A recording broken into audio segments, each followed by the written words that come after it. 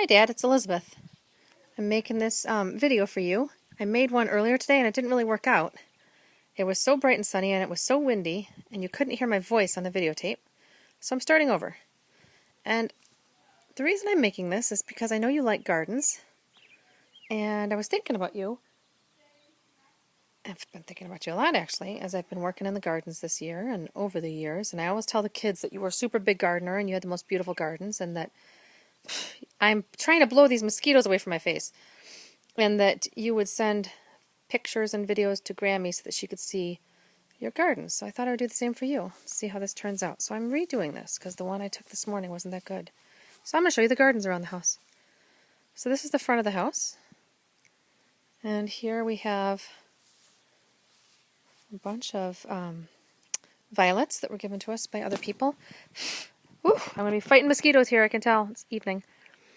And I put some of these really light-colored coral bells in here, which I think are really pretty, and they're doing well in the shade on this north side of the house under this big bush. And then we have some coneflowers of some sort. Maybe it's coreopsis. I'm not really sure. And then this year, these are brand new. We just put in these 3 Annabelle hydrangeas, which I think are really pretty up against the darker coral bells there. I really like those. That one's doing particularly well. And then we got a bunch of these new flowers. We kind of redid this bed last year, or this year, because last year we had that horrible drought, and I had hardy geraniums just massed in here. These hardy geraniums. And they took over the whole bed, and they were beautiful before the drought, and then the drought really killed them. So we've put a few back in, but we've sort of started over with this bed quite a bit. So I've got... I haven't had much luck with hostas over the years because our house is really in just too sunny of a location, but these hostas are doing pretty well up here in the front. And I have a few annuals in there, but otherwise it's all perennials. There's some more violets and lots of little chunks of sedum in there. So we've got the big sedum, and then we have the cone flowers here, and we have the Stella d'Oro lilies. Sedum.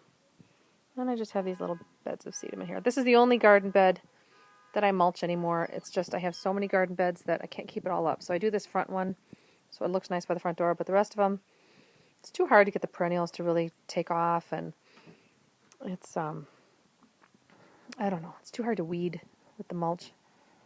I like to just be able to go in there with a hoe. So now we're going around to the northwest side of the house. Whew, shooing away mosquitoes. Ah!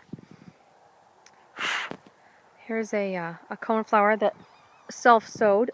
It's not supposed to be there, and a big weed that I have to cut down. It's like a tree. And here are some kind of paltry-looking coral bells there, the light-colored ones that I transplanted from the front gardens where they were getting a little bit too much sun. I put them under this tree. We got one hosta in there, and then some big coneflowers with some lilies behind. And then these are the hardy geraniums that are doing quite well. And they do pretty well in the kind of mixed partial shade. They're under the tree, but they get on the west side of the house. They get a lot of sun during the day too. And then these lavender bushes or plants. I call them lavender. I think they might be something slightly different. Here's some lilies and some sedum. And this I think is super cool. I'm not really a big fan of, or I haven't been over the years, a big fan of the more deserty looking things, like the sedum and anything like this. But this rattlesnake master, I just have grown to love because it takes off and it's pretty darn cool looking. And later in the summer, I'll have those big kind of globe thistles on the top. It's pretty cool.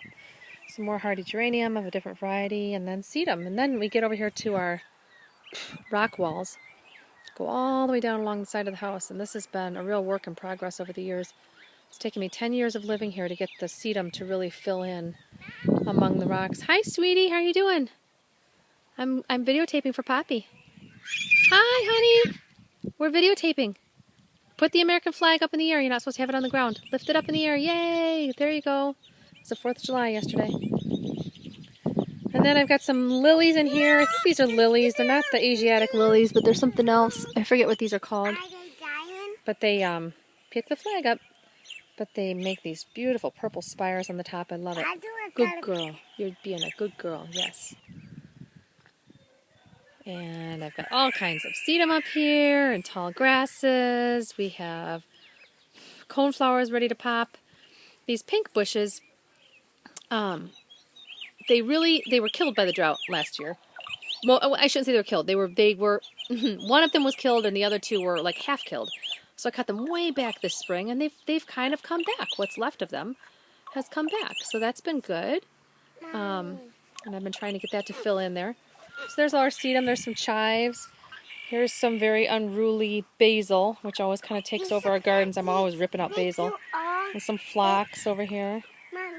Very pretty. Mom, you should plant these like beautiful flowers like yep. those. Whoops, you're right in the way. I'm videotaping you now. Hi, honey. And there's the periwinkle that we've got all throughout our gardens to we're trying to mass that in to try to prevent as many weeds as possible. I've got a little bit of an open spot here in the garden where I need to get this to fill in a little bit better. We've got some phlox in front. We have some very big coneflowers. We have some Asiatic lilies. Hi, very good. More basil. It just takes over everywhere. More basil, more basil. And then back here, we have more of the lavender. And then I forget what this plant is called, this big, massive plant back here. But in June, it had these huge yellow flowers on it. I thought it was so cool that I got another one, which I planted behind it. It's shorter and it's smaller now, but it'll grow the same size. And that'll sort of fill in. And that hole in the rock is where a bunch of hornets live. We always have to be careful when we garden over in that area. And then we go down here to this level. I've got Lucia clinging to my leg right now, which is making it very hard to walk. More sedum of a different variety. More basil. And then the cool thing about this level, once you get past the basil, is that I did this entire level this year. So there's 3 levels to this rock garden. And this entire level this year is from seed. I've never really done that. I've always done perennials. And I've done virtually all from seedlings. But this whole bed this year is from seed. And you can see that big open patch in the middle. I did this on a very, very windy day. And apparently, when I was standing in the middle, everything was blowing to the back.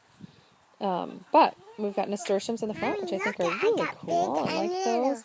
And we obviously have the marigolds, which I think are pretty, but maybe a little bit boring. But it's nice to have them. And then more basil in there. Basil's obviously not an annual, and I didn't do that from seed. And then all of these are zinnias, which are just starting to pop today. So finally today, they're opening up all these zinnias. Are these good to eat? Yes, you can actually eat the nasturtiums. Yep. You remembered that. I was telling you that earlier. There's some chives. There's more tall basil. But all this in the middle is from seeds. So there's the zinnias. Can I eat these all? You can, but I don't want you to eat them right now. Maybe we'll have them on our salad sometime. Marguerite's asking about the nasturtiums, if you can eat them. Those ones are done. Yep. So then let me step in here if I can. Back here, I planted What are these, Mom? cosmos. Oh, they look pretty. Cosmos. That's basil that you're pointing to, sweetie. This is cosmos. They're just starting to flower. They weren't even flowering yesterday. There's some more cosmos flowers back there. And we have some tall sunflowers back here, sort of the medium variety sunflowers. And way in the back here of this upper level, you can see I've got some garden phlox back there. This is its first year, so it's not really doing much. And then I've got those taller nasturtiums that are supposed to be climbing up the trellis. They are the taller variety, not the small variety that's in the level that I'm standing in right now. But this is a taller variety that's supposed to get taller than the phlox. But it's just an annual, so we'll see what it does this year. I don't know if it's going to get taller and climb up there, but you would think it would. It's supposed to. Are you eating chives? Mm-hmm. What do you have in your hair, Marguerite? You have something in your hair. All right, let's go down here. Boop, boop, boop. Try not to step on the plants, okay, guys? And then we have the lavender, which I think is so pretty. Don't step on the flowers, honey bunny.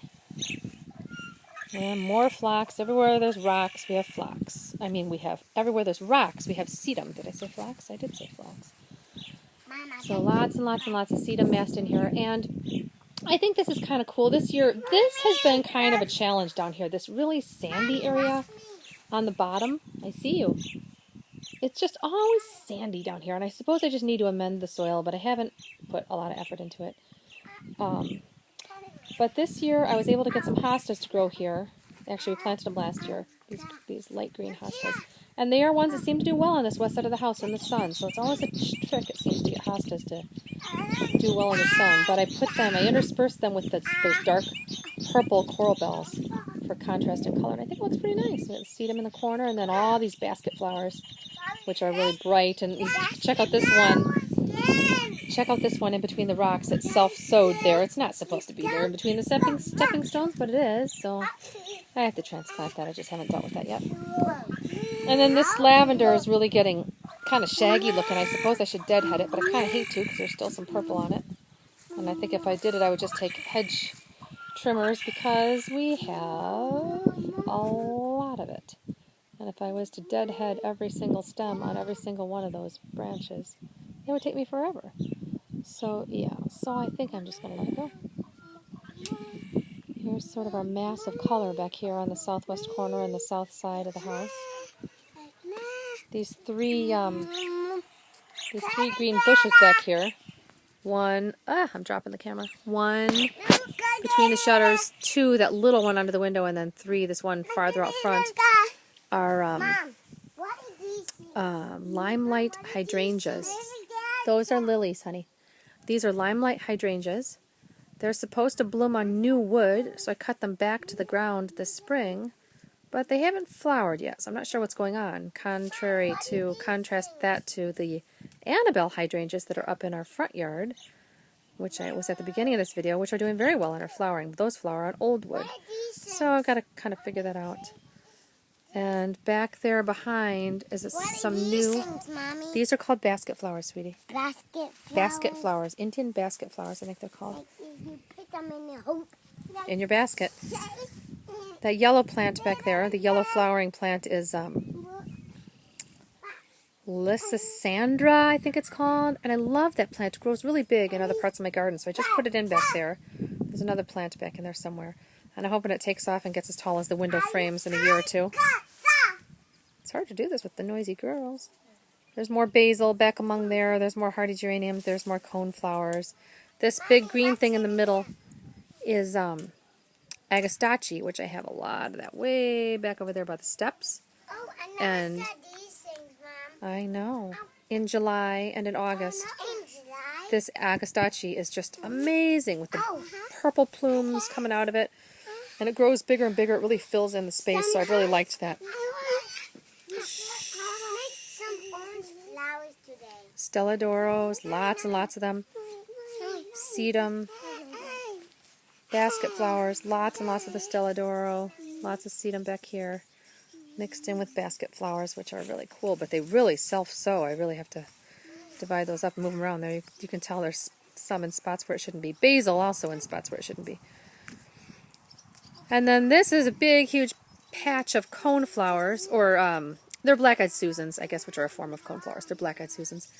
And we have those kind of alternating, and that's agastache behind them. We have those alternating around this bonfire pit with the purple lavender here. So to kind of do the yellows and the purples together. This back part of the bonfire pit is sort of the weakest part of the garden, I think. There's an awful lot of bare space. I really need to work on that, but... Shh, Marguerite. What are these things? It's lavender. But, you know, I spend a lot at the garden center every single year, so I am planning next week. There's going to be a big sale to get a few more things to fill in, but boy, oh boy, it's expensive to fill in a garden this size. There's some lamb's ear, there's some more coneflowers, or black-eyed Susans. And then back here, you think they're beautiful? Yeah. I think they're beautiful too. More coneflowers, more black-eyed Susans, more lamb's ear. I like that too. And then back here, it's a little shaggy looking. I have all the lilies back here, a lot of lilies back here. Mommy, are they so tall? Yeah, super tall. What I want to do back here, where there's a lot of lilies, and I might do this in the sale in July, is I want to get a bunch of the taller sedum, which look neat. And I think that interspersed among the sort of scraggly looking, grassy looking lilies, I think the sedum would be really nice. So I'm thinking about doing that in there.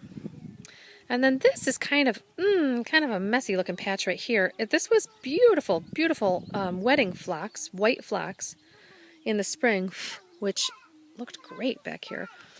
but it's looking kind of stemmy and scraggly now. Behind it, though, these plants back here in front of the purple, there's 3 plants in here like this. 1, 2, 3. Those are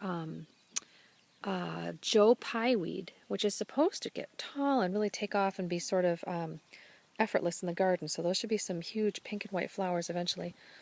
And then I've got all kinds of phlox growing back here behind the rock and in front of the rock. More black-eyed Susans. There's a lot of grass mixed in here because this is my zinnia patch. So in here, where the zinnias are coming up, it's hard to weed because I don't want to get the zinnias, so it's grassy in there. I've got to keep working at that a little at a time. So there's the zinnias, and you can kind of see the back of the bonfire pit and all the flowers that are in there.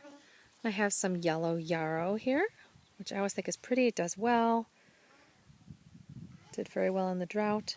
It's a never-ending job weeding around here. It's just amazing. It's just such massive, massive gardens. As you can see, it's just gardens. As far as you can see, we really cut a huge swath out here. So it's just a ton of work, but it's fun. I like doing it. Joe pretty much handles the vegetable garden, and I pretty much handle the around the house gardens. Here's the coral bells, different variety. I like this variety in particular. It does really well. I might get some more of that. This is the other one, that plant that was up on that upper level that I said I really liked a lot. And I can't remember the name of it, but I got a couple more for down here. So that should get much, much bigger in the coming year or two. More yarrow. Got some periwinkle in here. More coral bells. Lots more zinnias, which we have sowed. These are all from seeds that we gathered last year in the fall. We gathered them from our own zinnias, which Claudia Daniel had originally given to us. So they are zinnias which have multiplied from her garden over the last couple of years. A nice sedum plant in front of our tree, which I never remember what this is. I think it's called a burning bush. I'm not really sure. It's something. I like those sedums. They're kind of tidy.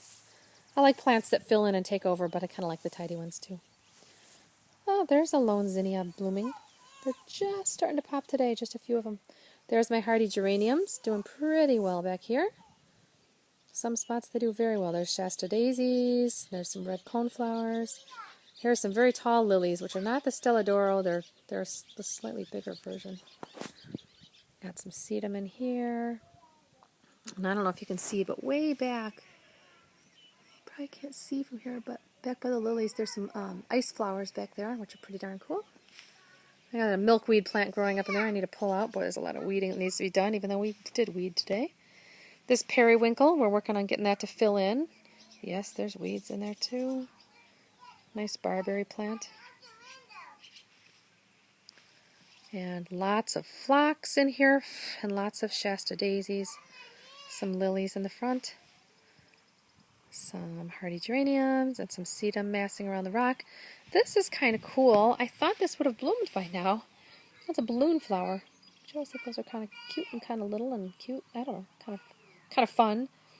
But I thought they had bloomed by this time last year, and they haven't yet. There's a lily and some sedum. And then look at these. Aren't those pretty? I think those are so pretty. I like the delight of my garden. And then the hollyhocks. Oh my goodness, the hollyhocks. So we have hollyhocks here. And we have hollyhocks there. And they looked awesome 2 weeks ago. They looked beautiful. And now they look awful. They developed a brown rust on the leaves. And in addition to that, making them look very scraggly. This one in particular, look at the bottom leaves. I mean, these were full and green and lush looking just a couple weeks ago. But in addition to that, we had a big rainstorm which made them pull away from the house. It's hard to tell from this angle, but they're all bent away from the house. They're not looking good at all. And I thought of staking them up, but actually you can tell if you look really carefully to the left of this hollyhock. You see that bluish thing sticking out of the lily area? That's St. Francis. That's the St. Francis bird bath statue that sits there, and he's getting totally buried because the storm blew down these things over on top of him. I need to move him. But yeah, we have these stepping stones. I'm trying to get sedum to grow in between the stones. There's Agastache to the left of those hollyhocks. I'm not really sure if I'm going to grow the hollyhocks again next year. Not so much because of the rust or the trouble with the storms, but it's a biennial, so they look great this year. They were like nothing last year. I did them from seed. So, I like having height along the side of this back window. I wouldn't have height next year, so I don't know what we're going to put there. I'm not really sure. Haven't figured that out yet. Some yarrow, some hardy geraniums, moving along, moving along. More yarrow, lots of hardy geraniums down here, which are looking scrappy now that their blooms have faded now that it's July 5th. Here were the hardy geraniums that had white blooms on them. Looking scrappy. Lots of cone flowers. These are really pretty ones, I think. The yarrow. And then back here, this is such a work in progress. This patch back here. Last summer, this was all different. This was all filled in with tons of lilies. But it's the grassiest part of our garden, where we have the most grasses. And in a pesty, weedy sort of way. And so the grasses would mix with the lilies, and it was just very hard to weed. So we pulled it all out, moved the lilies, and started over. The plants in the very, very back along the window are Joe Pye weed, which are supposed to grow big and tall, just like the ones around the rock. I'm being attacked. But they haven't yet, so we'll see. I mean, hopefully they'll take off, and by next year, hopefully be as tall as the window or taller, and fill in. And then the little stuff in front of it is catnip, which is supposed to be, I don't know, I thought it was supposed to be really purple and really lush, but it's looking spindly and not very lush at all. There's some black-eyed Susans in front. We've got the periwinkle filling in, and then we have the blue fescue grass in patches along the front. So it's a little scraggly looking back there. We're working on that. There's the columbine, which I need a deadhead. I kind of want to save some seeds from the columbine because I know it doesn't last more than a few years, but I think I'll deadhead at least some of it. There's Nellie the cat. William is going to weed in between these rocks for me. Much needed, much needed. More yarrow. It's pretty much all the same over here. More cone flowers. More hardy geraniums. Something whose name I cannot remember at all. Just drawing a complete blank on that one. Hardy geraniums. And then this is the agastache that I love. That just, up until right about now, it just looks like green bushes. And it dies all the way back to the ground. So it's a true perennial. Not a bush. But right around now, you can see those purple spires coming. And by the middle of July, they'll be huge and long. And they're like butterfly magnets. They really fill in. So that's nice. And then we have some coreopsis here. This is that stuff I can't remember what it's called. Just cannot remember what that's called. We had this whole area here was full of this yellow coreopsis lining our walkway right here last year, all along here, and it died in the drought. So that it never came back. We really had an awful drought last year. More coreopsis here. And then this is my shade garden, which is kind of amazing that I have a shade garden, considering we are on such a sunny spot. But when we built this, when we expanded our deck, and these steps came out, 3 years ago, we got ourselves a little patch of shade, as it turns out, and it's just full of hostas and pachysandra and a few of the sunny things along the border out there to the left. But nice little shade garden. I like it. Joe's tractor out there. He was working in the big vegetable garden all day. There's our Texas star. There's our hornet spray. Hornets like crazy. And this is just not much left. We're pretty much done. This is our lilac bush. And our zebra grass, which is fine. It's only okay. Don't love it, but it's fine. Fills in a little space there. Lots of sedum in between the rocks. Wherever we have rocks, we have sedum. Because it grows. This is, oh, they're closed up for the night. They're closed up for the night, but it's trillium. It was really pretty today. It was all open, very pretty. And our spearmint patch, which I have to whack down every so often because it gets crazy. Ouch. There's our big dog Adele. More sedum. Lots of sedum. It's good old standby sedum.